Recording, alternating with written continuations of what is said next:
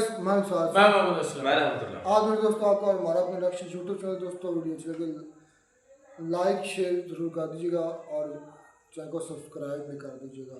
चलते दोस्तों आज की वीडियो में पद्मा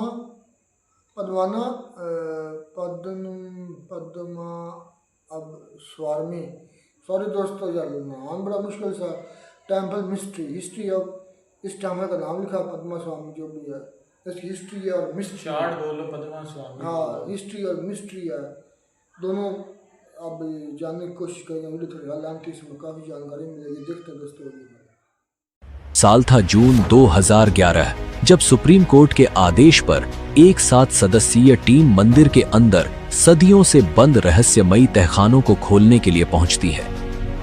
जब उन्होंने 6 में से 5 तहखानों को खोला तो उसमें इतना खजाना निकला कि उससे पूरे देश की गरीबी को मिटाई जा सकती थी।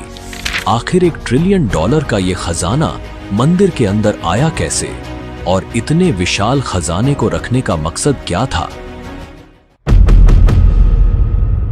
सबसे चौंकाने वाली बात यह है कि इस मंदिर का संचालन सिर्फ एक ही परिवार के पास क्यों है, जबकि आखिरी तहखाने के ऊपर न तो ताला है न कोई कुंडी लगी हुई है। फिर भी अब तक सिर्फ इसी तहखाने को क्यों नहीं खोला जा सका और जिसने भी इसे खोलने की कोशिश की उसकी रहस्यमयी मौत हो जाती है या वो कहीं गुम हो जाता है। सबसे बड़ा रहस्य ये है कि इस तहखाने को खोलने का संबंध गरुड़ पुराण और अष्टनाग बंधन मंत्र से क्यों जुड़ा है। जब वर्ष 1908 और 1931 में इस मंदिर के खजाने को हड़पने का प्रयास किया गया तो हजारों बड़े बड़े सांपों ने उन लोगों पर हमला कर दिया। आखिर इतने बड़े सांप क्यों इस खजाने की रखवाली करते हैं? आज इन सभी सवालों के जवाब आपको मिलने वाले हैं, क्योंकि आज हम बात करेंगे विश्व के सबसे अमीर और रहस्यमय मंदिर पद्मनाभ स्वामी के बारे में।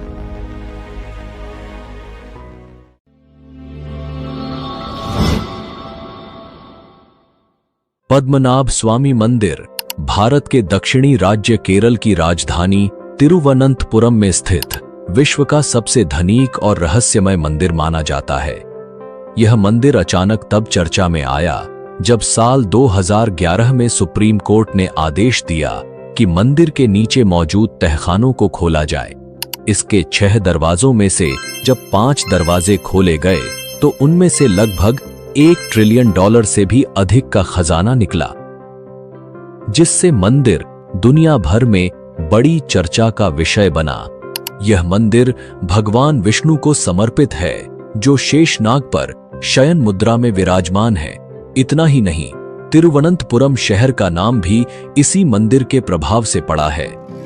संस्कृत में अंतम का अर्थ शेषनाग और पुरम का मतलब नगर होता है। इस तरह इसका अर्थ है भगवान अनंत का स्थान। पद्मनाभ स्वामी मंदिर की खूबसूरती और शांति हजारों श्रद्धालुओं को आकर्षित करती है। इसकी भव्यता और धार्मिक आस्था के कारण इसे केरल के प्रमुख वैष्णव मंदिरों में शामिल किया गया है और यह भगवान विष्णु के 108 दिव्य देशमों में से एक है। त्रावणकोर के अंतिम शासक श्री बलराम वर्मा एक ऐसा नाम जिसने 1924 से 1947 तक त्रावणकोर पर शासन किया। भारतीय स्वतंत्रता के बाद भी उन्होंने पद्मनाभ स्वामी मंदिर के ट्रस्ट का नेतृत्व करना जारी रखा।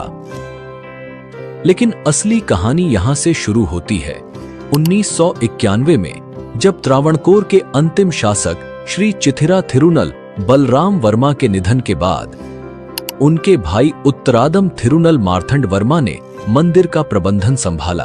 परंतु धीरे धीरे आरोप उठने लगे कि मंदिर की अमूल्य संपत्तियों का दुरुपयोग किया जा रहा है और तब 2008 में पद्मनाभ स्वामी मंदिर के एक कट्टर भक्त और सेवानिवृत्त IPS अधिकारी TP सुंदरराजन ने एक ऐसा कदम उठाया जिसने सबको चौंका दिया।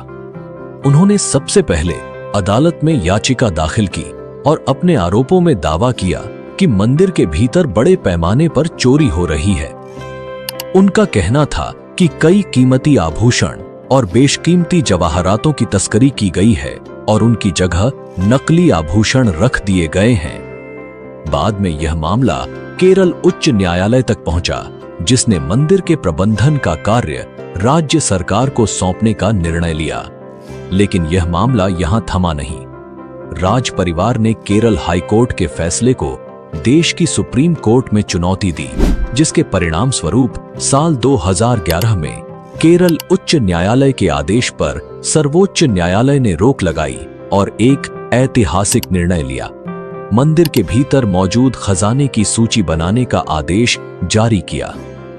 इस आदेश के बाद शाही परिवार को मंदिर के प्रबंधन से अलग कर दिया गया और अंतिम निर्णय तक मंदिर के संचालन के लिए एक सर्वोच्च निकाय का गठन किया गया।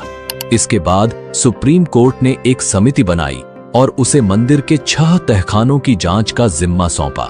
इनमें से प्रत्येक तहखाने को ए से एफ तक कोडित नाम दिया गया। पूर्व नियंत्रक एवं महालेखा परीक्षक विनोद राय और वरिष्ठ अधिवक्ता गोपाल सुब्रमण्यम को अदालत ने इस मामले में न्याय मित्र के रूप में नियुक्त किया। इनका कार्य था अदालत की मदद करना और मंदिर के भीतर मौजूद खजानों की गहराई से जांच करना। सुप्रीम कोर्ट ने आदेश दिया कि तिजोरी ए से लेकर एफ तक में रखे हुए कीमती सामानों की एक विस्तृत सूची बनाई जाए। यह एक ऐसा ऑडिट था जो इतिहास में अनसुना और अनदेखा था और जिसने इस मंदिर के रहस्यमय खजाने की परतें खोलने की दिशा में एक अहम कदम उठाया। इस समय मंदिर का गुप्त खजाना लोगों के सामने आना शुरू हुआ। समिति के सदस्य जब तहखाने ए में गए तो अंदर का दृश्य देखकर उनके होश उड़ गए। 4 फुट ऊंची भगवान विष्णु की शुद्ध सोने की मूर्ति हीरे और रत्नों से सजी हुई, एक ठोस स्वर्ण सिंहासन जिसमें सैकड़ों कीमती पत्थर जड़े हुए थे, 18 फुट लंबी शुद्ध सोने की चेन, 500 किलोग्राम का सोने का पूला और 36 किलोग्राम का सुनहरा घूंघट मिला। सिर्फ यही नहीं, वहां कई बोरियां सोने की कलाकृतियों, हार, मुकुट, हीरे, माणिक, नीलम, पन्ना और कीमती धातुओं से भरी हुई थीं। पद्मनाभ स्वामी मंदिर के तहखाने से 18वीं सदी के नेपोलियन युग के कई दुर्लभ सिक्के, रोमन साम्राज्य के लाखों स्वर्ण सिक्के और मध्यकालीन काल के 800 किलोग्राम सोने के सिक्के बरामद हुए। एक अनुमान के मुताबिक इस खजाने का कुल मूल्य 1 लाख करोड़ रुपए से भी अधिक है। लेकिन कहानी यहां खत्म नहीं होती। तहखाना बी का रहस्य आज भी अनकहा है। दरवाजे पर बनी 2 सांपों की आकृति का क्या अर्थ है? क्या उसके भीतर एक और अनमोल खजाना छुपा है या इसका संबंध भगवान विष्णु के 10वें अवतार कल्कि से है? क्या यह तिजोरी कभी खुलेगी या सदा के लिए इसी तरह बंद रहेगी? इन सभी रहस्यों और तहखाना बी के बारे में हम विस्तार से चर्चा करेंगे। हमारे मन में सबसे बड़ा सवाल यह उठता है कि इस मंदिर का निर्माण किसने करवाया था और इतना विशाल और अमूल्य खजाना इस मंदिर में आखिर आया कहां से? किसने इसे मंदिर के भीतर रखा और यह खजाना कितने वर्षों पुराना हो सकता है? इन सभी सवालों के जवाब जानने के लिए हमें पद्मनाभ स्वामी मंदिर के इतिहास की गहराइयों में जाना होगा। तो चलिए इस मंदिर के अनदेखे अतीत की गहराइयों में उतरते हैं और इन रहस्यों के बारे में जानते हैं। पद्मनाभ स्वामी मंदिर का उल्लेख कई प्राचीन ग्रंथों में मिलता है। महाभारत, पद्म पुराण और विष्णु पुराण जैसे धर्म ग्रंथों में इसे पवित्र स्थान और भगवान विष्णु का निवास बताया गया है। यह मंदिर 108 दिव्य देशमों में से एक है, जो भगवान विष्णु के सबसे पवित्र तीर्थ स्थलों में गिना जाता है। महाभारत में इस स्थान को एक दिव्य स्थल के रूप में वर्णित किया गया है, जहां धर्म और कर्म के बल से मोक्ष प्राप्त किया जा सकता है। वहीं विष्णु पुराण में लिखा है कि जो भक्त भगवान विष्णु के शयन रूप की सच्चे मन से पूजा करता है, उसे जीवन में सुख, शांति और समृद्धि का आशीर्वाद मिलता है। पद्मनाभ स्वामी मंदिर का अद्भुत इतिहास और रहस्यमयी कथा दिवाकर मुनि और भगवान विष्णु से जुड़ी हुई है।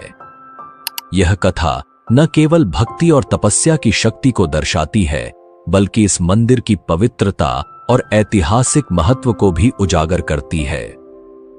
प्राचीन काल में तिरुवनंतपुरम जिसे उस समय अनंतन कद यानी अनंत का वन कहा जाता था। वहां दिवाकर मुनि नाम के एक महान ऋषि निवास करते थे। उनकी भक्ति और तपस्या इतनी गहरी थी कि उनके जीवन का एकमात्र उद्देश्य भगवान विष्णु के साक्षात दर्शन करना था। दिवाकर मुनि की वर्षों की तपस्या से प्रसन्न होकर भगवान विष्णु ने एक छोटे बालक का रूप धारण कर उनकी परीक्षा लेने का निश्चय किया। बालक ने मुनि के पास आकर शरारतें शुरू कर दी। पूजा सामग्री को छेड़ना, जल फैलाना और मुनि को परेशान करना। मुनि ने बालक से पूछा, तुम कौन हो? बालक ने मुस्कुराते हुए कहा, अगर तुम मुझे पकड़ सकते हो तो मैं तुम्हारे साथ रहूंगा। लेकिन जैसे ही मुनि ने उसे पकड़ने का प्रयास किया, बालक अदृश्य हो गया। उसी क्षण आकाशवाणी हुई, यदि तुम मुझे पाना चाहते हो तो अनंत वन में आओ, वहां तुम्हें मेरा साक्षात्कार मिलेगा। लेकिन दिवाकर मुनि ने अनंत वन का नाम पहले कभी सुना ही नहीं था। भगवान को खोजने का संकल्प लिए वे लगातार चलते गए, हर दिशा में, हर संकेत को ध्यान से समझने की कोशिश करते हुए। उनकी यात्रा उन्हें लक्षद्वीप के घने जंगलों में ले गई। वहीं एक दिन उन्होंने एक महिला को अपने बच्चे से बात करते हुए सुना।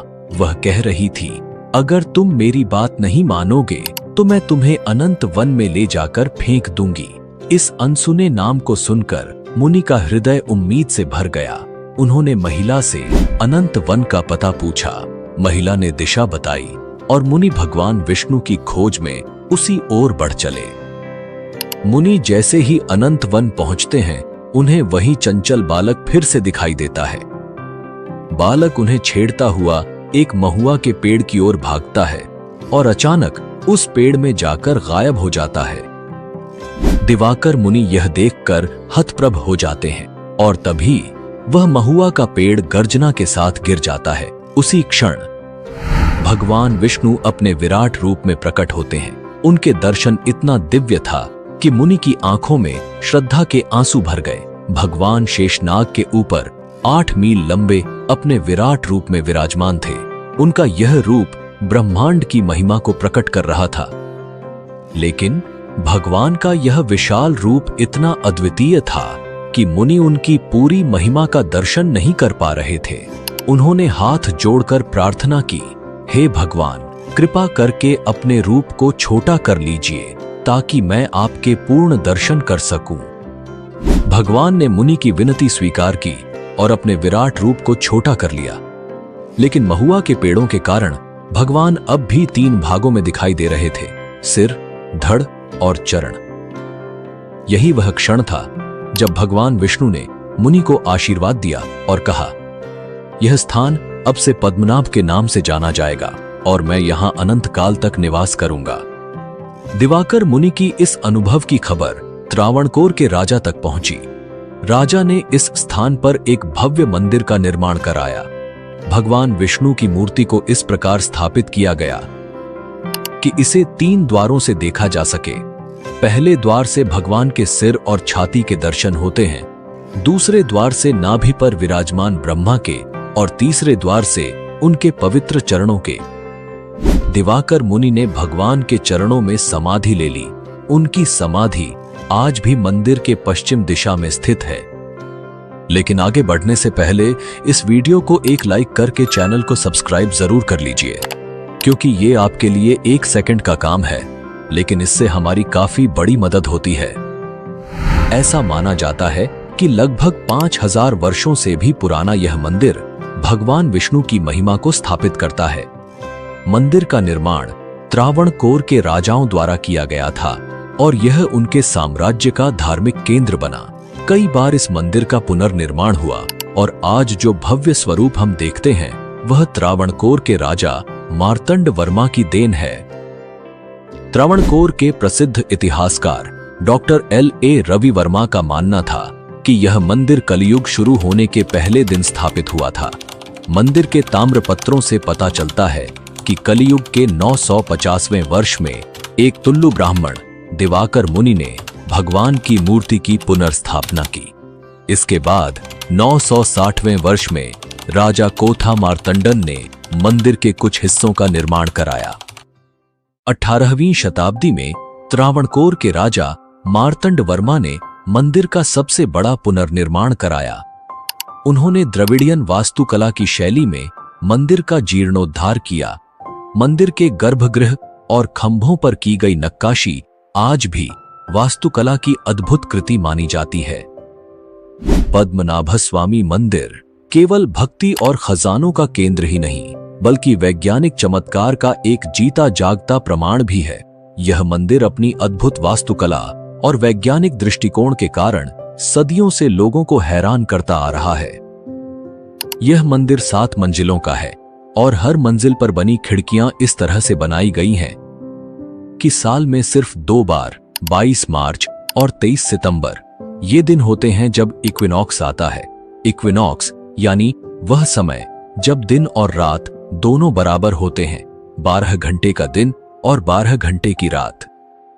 इन दिनों अगर आप दोपहर में इस मंदिर को देखें तो हर 5 मिनट के अंतराल पर सूर्य की किरणें इन खिड़कियों से होकर एक अद्भुत दृश्य बनाती हैं। श्री पद्मनाभस्वामी मंदिर की 18 फीट लंबी प्रतिमा अद्वितीय है, जिसे 12,008 शालिग्राम से बनाया गया है। ये शालिग्राम नेपाल की गंधकी नदी से लाए गए थे। मंदिर के गर्भगृह में स्थित यह प्रतिमा इतनी विशाल है कि इसे 3 अलग अलग द्वारों से देखा जाता है। पहले से सिर, दूसरे से नाभि और तीसरे से पैर। यह भक्ति और वास्तुकला का एक अद्भुत उदाहरण है। वर्ष 1750 का उनका एक ऐतिहासिक निर्णय, जिसे त्रिपाद दानम कहा जाता है, भारतीय इतिहास में अद्वितीय है। उन्होंने अपने पूरे राज्य को भगवान पद्मनाभस्वामी के चरणों में समर्पित कर दिया। त्रावणकोर अब भगवान के नाम से चलने वाला पहला राज्य बन गया। राजा ने स्वयं को भगवान का दास घोषित किया और यह प्रण लिया कि उनके वंशज भी इसी आस्था और समर्पण के साथ भगवान की सेवा करेंगे। इतना ही नहीं, राजा ने अपनी राजधानी को पद्मनाभपुरम से तिरुवनंतपुरम स्थानांतरित कर दिया ताकि मंदिर का महत्व और भी बढ़ सके। लेकिन यह केवल भक्ति और पूजा का स्थल नहीं था। यह मंदिर अपने गुप्त खजाने और तहखानों के लिए भी प्रसिद्ध है। मुगल काल के दौरान 1680 में मुस्लिम शासक मुकिल्लन ने इस मंदिर को लूटने की कोशिश की, लेकिन त्रावणकोर की सेना और स्थानीय लोगों ने उसे नाकाम कर दिया। इसी तरह 1741 जब डच ईस्ट इंडिया कंपनी ने त्रावणकोर पर हमला किया, जिसे इतिहास में कोलाचेल की लड़ाई के नाम से जाना जाता है। राजा मार्तंड वर्मा की सेना छोटी थी, लेकिन उन्होंने डचों को हराकर इतिहास रच दिया और इस विजय का श्रेय राजा ने भगवान पद्मनाभस्वामी को दिया। युद्ध के बाद राजा ने अपनी सारी संपत्ति इस मंदिर को दान कर दी। खजाना बढ़ने लगा और इसी समय मंदिर के प्रसिद्ध तिजोरियों का निर्माण किया गया। 1947 में भारत की आजादी के बाद त्रावणकोर का विलय भारतीय गणराज्य में हुआ, लेकिन त्रावणकोर के अंतिम शासक चित्रा तिरुनल बलराम वर्मा ने यह सुनिश्चित किया कि मंदिर का संरक्षण राज परिवार के अधीन ही रहे। आज यह मंदिर त्रावणकोर राज परिवार के ट्रस्ट के अधीन है। वर्ष 2020 में सुप्रीम कोर्ट ने इस परंपरा को बरकरार रखते हुए फैसला सुनाया कि मंदिर की देखभाल और संरक्षण राज परिवार के पास ही रहेगा। यह निर्णय यह सुनिश्चित करता है कि इस मंदिर की धार्मिक मान्यताएं और परंपराएं पीढ़ियों तक संरक्षित रहें। तो यह था पद्मनाभ स्वामी मंदिर का गौरवशाली इतिहास और खजाने की रोमांचक कहानी। लेकिन अब बात करते हैं उस तहखाना बी की, जिसने सदियों से लोगों के मन में रहस्य और उत्सुकता पैदा कर रखी है। पद्मनाभ स्वामी मंदिर की सबसे बड़ी खासियत है इसकी 6 तिजोरियां, जिन्हें A, B, C, D, E और F नामों से जाना जाता है।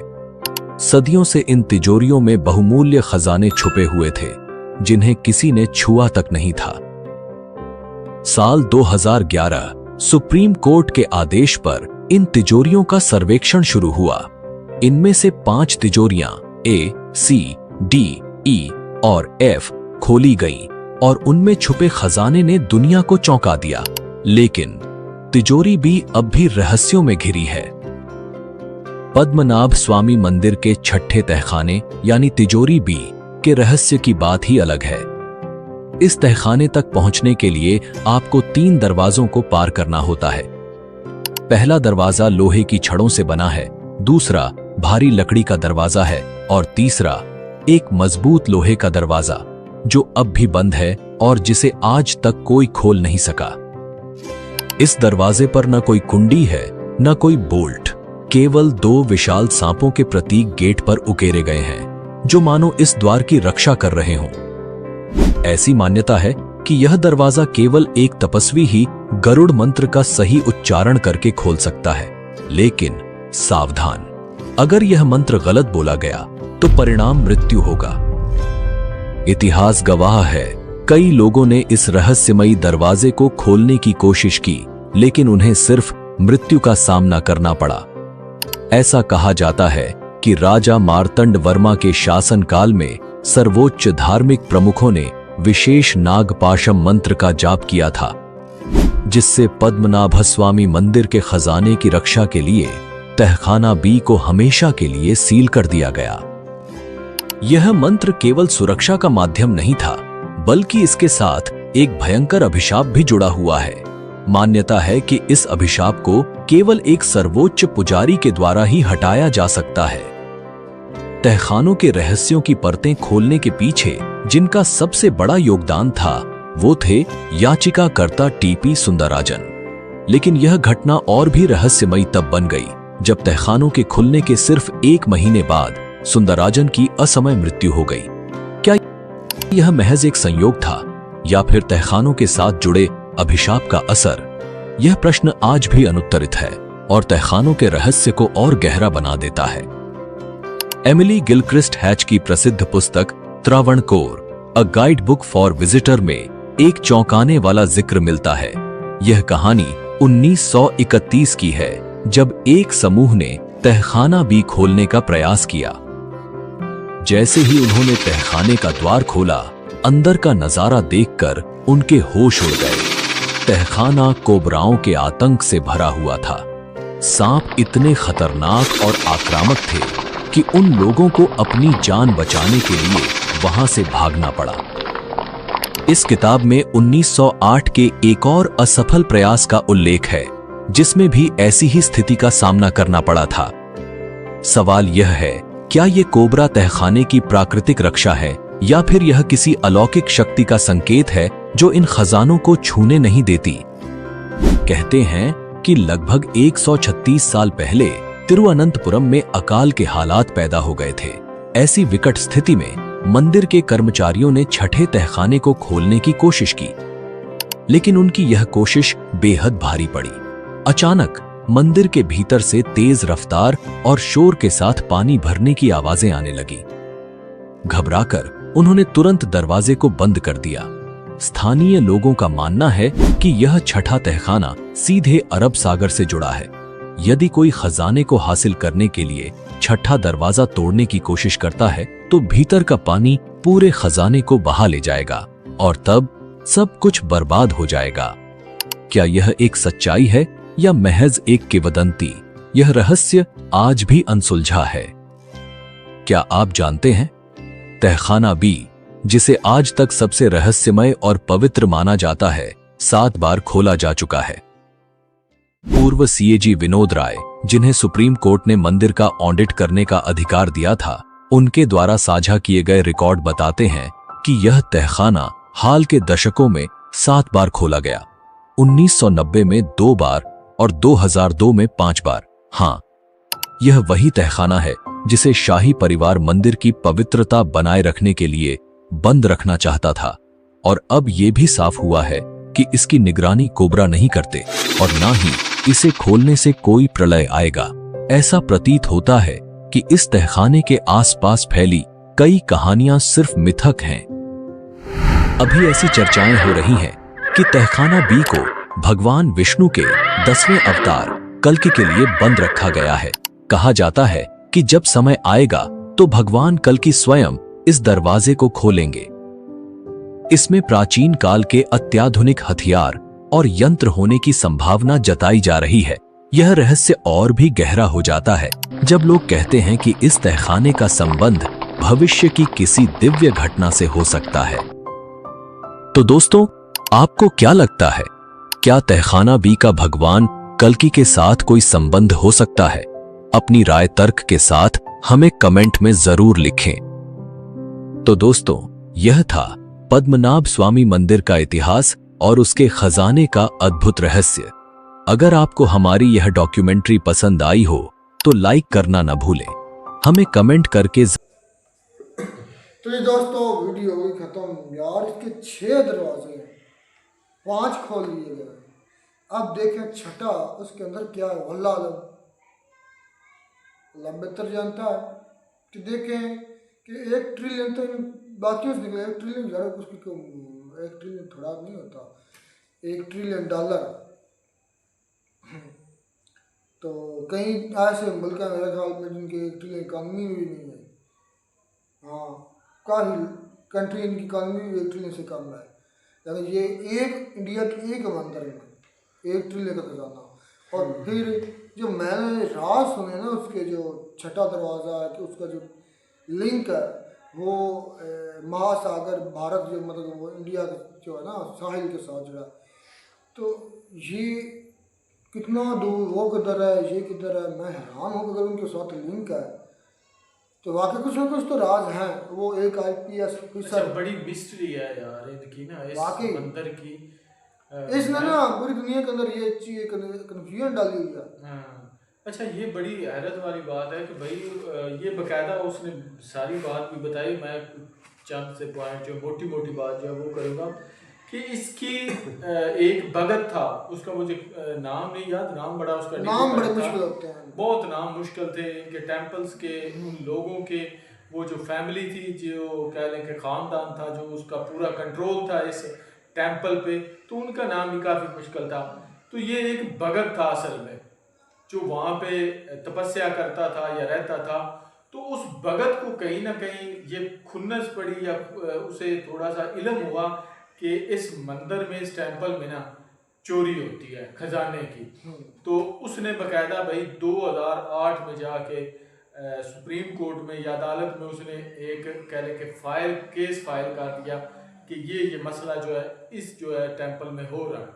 तो तब बीच में कुछ कह लें कि उनको बुलाया गया या उनको सुनवाई वगैरह के लिए लाया गया, तो उन्होंने इस बात से इनकार कर दिया। लेकिन स्पेशली तौर पे जब सुप्रीम कोर्ट ने 2011 में इस बात का ऑर्डर दिया कि इनकी चेक किया जाए अंदर जाके भी क्या चीज़ है, खजाना कितना है, पैसा कितना है, क्या कुछ हो रहा है, तो जाकर सुप्रीम कोर्ट के ऑर्डर पे 5 दरवाजे जो हैं वो खोले गए और उसमें कम से कम 1 ट्रिलियन का खजाना जो है ना वो निकाला जाता है और वो बताया जाता है। हालांकि जो भगत था उसने जो भी चीज़ें बताई थी वो बिल्कुल ठीक थी। उसने कहा था कि असल में वहाँ से हीरे जवाहरात, सोना जो है वो निकाला जाता है और उसकी जगह पे नकली चीज़ें जो है ना वहाँ पे रख दी जाती हैं। तो ये सारी मेन बातें जो थी जब सुप्रीम कोर्ट में पेश की गई, तब जाके सुप्रीम कोर्ट ने इस बात का ऑर्डर सादर किया कि आप चेक करें। तब जाके भाई 1 ट्रिलियन का खजाना जो है, मैं हैरान हूँ कि एक मंदिर है और उसके 6 दरवाजे हैं, 5 खोले गए, उससे में से 1 ट्रिलियन का खजाना निकलता है। और देख लें कि जो मुल्क की मैशत के लिए बहुत ज़्यादा बहुत बड़ी बात है। तो उसके बाद भाई जो ख़ानदान है उसको पेशियाँ वगैरह सारा कोई बुलवाया जाता है, लेकिन वो इनकारी भी होते हैं। तो छठा जो दरवाज़ा उसके बारे में ये मिस्ट्री है कि भाई जो भी इसके अंदर गया है वो वापस नहीं आया, वो यहाँ मारा जाता है या गायब नहीं। शुरू में बताया कि खोला गया है। मेरे ख्याल में ये 2 चीज़ें हैं या 2 कह लें कि उनके बारे में कुछ बातें उन्होंने बताई हैं 2 चीज़ों के बारे में कि वहाँ पे अगर गया है कोई बंदा तो वो वापस नहीं आया, वही उसकी मौत हो जाती है, डेथ हो जाती है, क्योंकि बताया जाता है कि वहाँ पे बहुत बड़े बड़े सांप हैं, खजाने को जो बैठे हुए हैं या कंट्रोल कर रहे हैं ऊपर सांप है। खास किस्म का वो बता रहा था कि जोगी है, पंडित है, जिसने हाँ। वो पढ़ना है तब भी हो तो सकता है। उन जो वहां गए उनकी मौत के बाद जो है ना ये दरवाजा बंद कर दिया गया और खोल ही नहीं गया। तो यार- अब हो सकता है इतनी ज्यादा मिस्ट्री है कि मुझे लगता है कि 5 दरवाजों से वन ट्रेल निकला है, तो उस छठे दरवाजे में से कितना कितना नहीं निकलेगा। है अब तो ये हो सकता है उन 5 के बराबर हो, 5 से ज्यादा भी हो सकता काम भी हो है। सकता ये भी है ना, कई सालों से नहीं खुला वो तो।